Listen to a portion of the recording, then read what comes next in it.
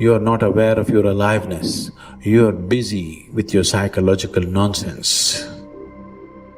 Your thoughts, your emotions have become, your psychological reality has become far more important than your existential reality.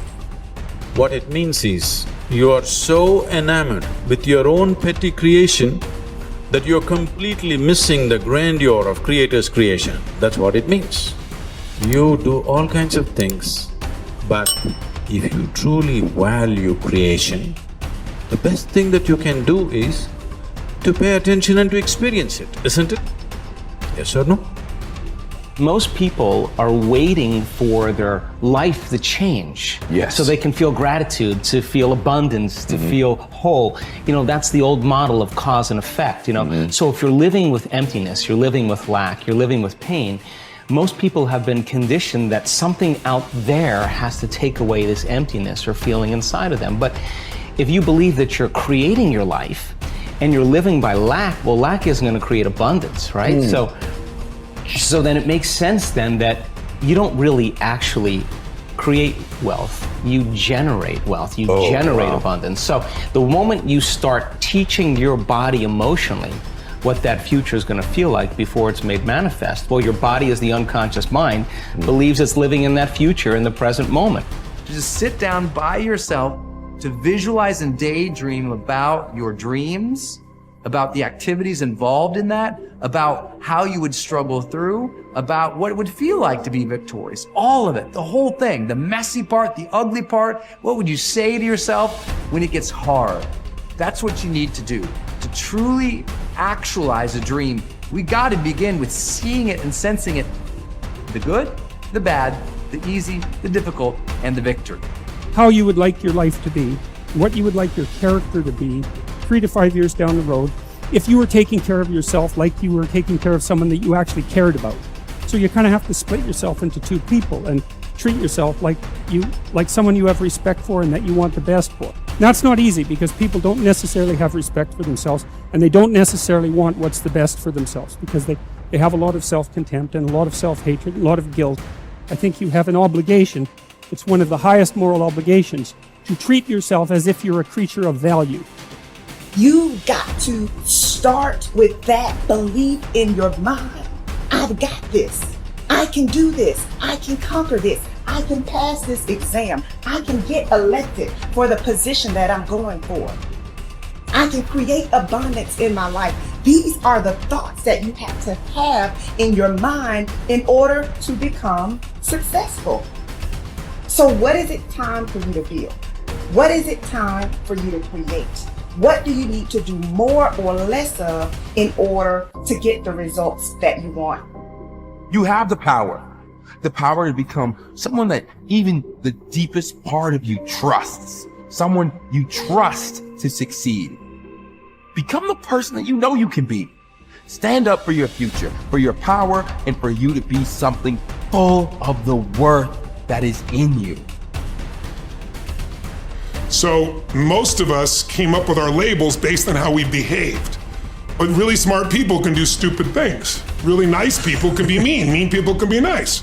And so if you judge yourself too soon, and most people's identity, their labels for themselves, who they think they are, has been based on their past and often many years ago.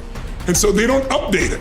So the metaphor I'd give for identity is like, it's your comfort zone. It's not your goals. So if you took a temperature in the room and said 68 degrees is my comfort zone, physically, emotionally, financially, I want more in my relationship, I want more physically, energy-wise, I want more financially in my career, but this is what I'm used to. And so what happens? People stay in their comfort zone for the most part, and then let's say something happens and you dip, you're a 68 degreer, that's your mentality, and you drop down to 62, 61, 60, somewhere around 60 or 59, the heaters kick on and go, whoa, whoa, whoa. You're a 68 degree, what the hell are you doing? We've all experienced that. All of a sudden you go, I'm not gonna live like this anymore. I'm not gonna be in this relationship. I'm not gonna be fat like this. Boom, and you get this drive and you start to change. But what most people don't understand is it happens on the upper end too. Meaning, let's say you got momentum, you start crushing it, you start doing even better than you think. You go from 68 to 70, 88, you're at 98 degrees. Financially, emotionally, spiritually, whatever the metaphor is. And then what happens? You're going to say, hey, your brain goes, who the hell do you think you are? You're not a 98-degree here, right? Get back to 68. And if nothing else, the heaters stop, you lose your drive, and that'll drift you back. And not enough, the air conditioner can kick on, and you start to kind of sabotage yourself till you get back to your comfort zone. So unless you expand your identity, change is temporary. It's like when someone says to me, I've stopped smoking, it's been 8 days. I go, why are you counting? And I say, why are you counting? So you can tell people how long you lasted this time?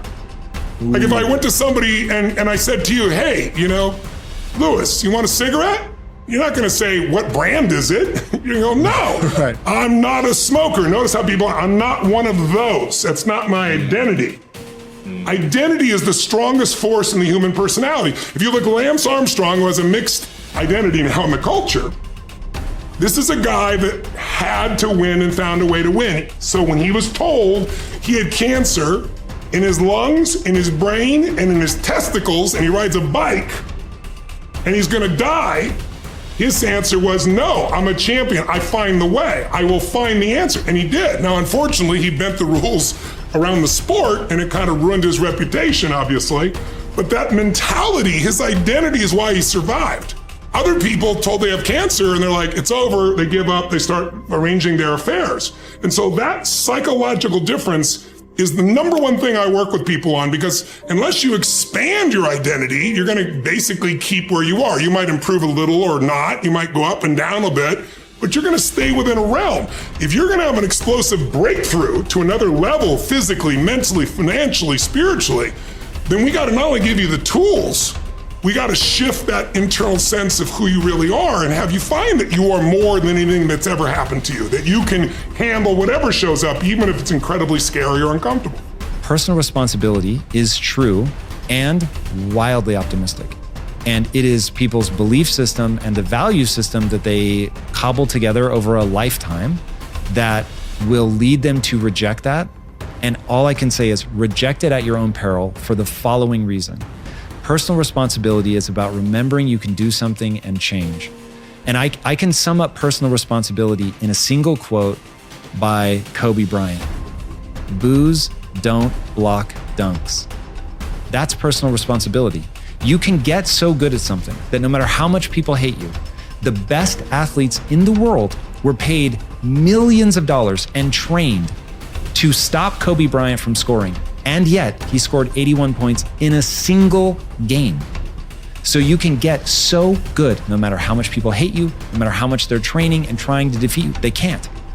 And that is the most exciting thing in the world to me. That, wait, you're saying that I can get so good at something that at least the vast majority of humanity can't stop me? There will always, of course, unfortunately, I don't yet believe that I am Kobe Bryant in anything that I care about. So, but that I can get better than the vast majority of humanity at something by dedicating my time and energy to that thing. That is so cool. That is so liberating. It's changed my life. It's given me hope. It got me up off the floor. It in every possible way, it has changed my life. It is the thing that I rely on when I'm feeling my most anxious. I'm like, I can get better at this. A word. And then I remember, that's right. Like if I put time and energy into this, I can get better. So it's okay if I'm actually not good at this. You have only to keep in mind the experiences you wish to meet in order to control your own future. Shakespeare expresses the same thought in another way. Assume a virtue if you have it not. Look the part, dress the part, act the part. Be successful in your own thoughts first. In other words, fake it till you make it. Basically, when it comes to personality traits, there is no difference between possessing them and pretending to have them. Dr. Carl Simonton said that mind, body, and emotions are a unitary system. I affect one and you affect the others. This means that you can pretend to be confident or courageous, and the cocktail of chemicals inside your body for those attributes will be created, and you will indeed feel confident or courageous.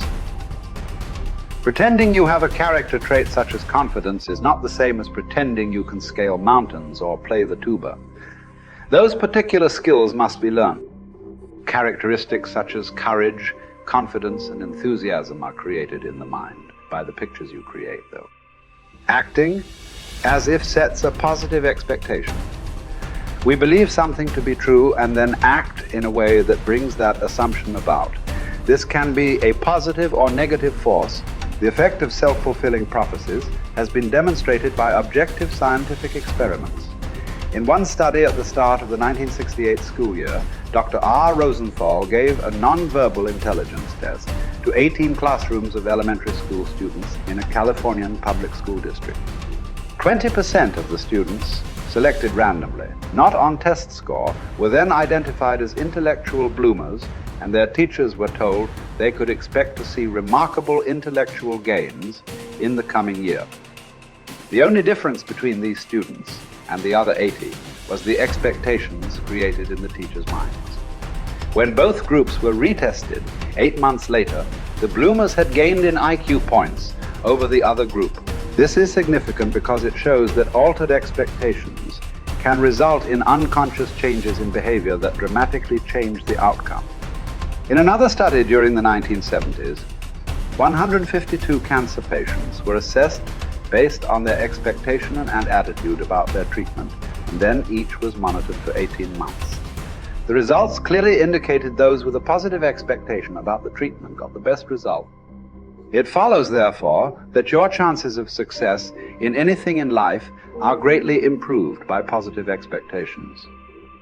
Man is like the wireless operator. Man is subject to miscellaneous wrong through currents if his mind is not in tune with the infinite, or if he is not keyed up to higher vibrations than those of negation. If you want a quality, act as if you already had it.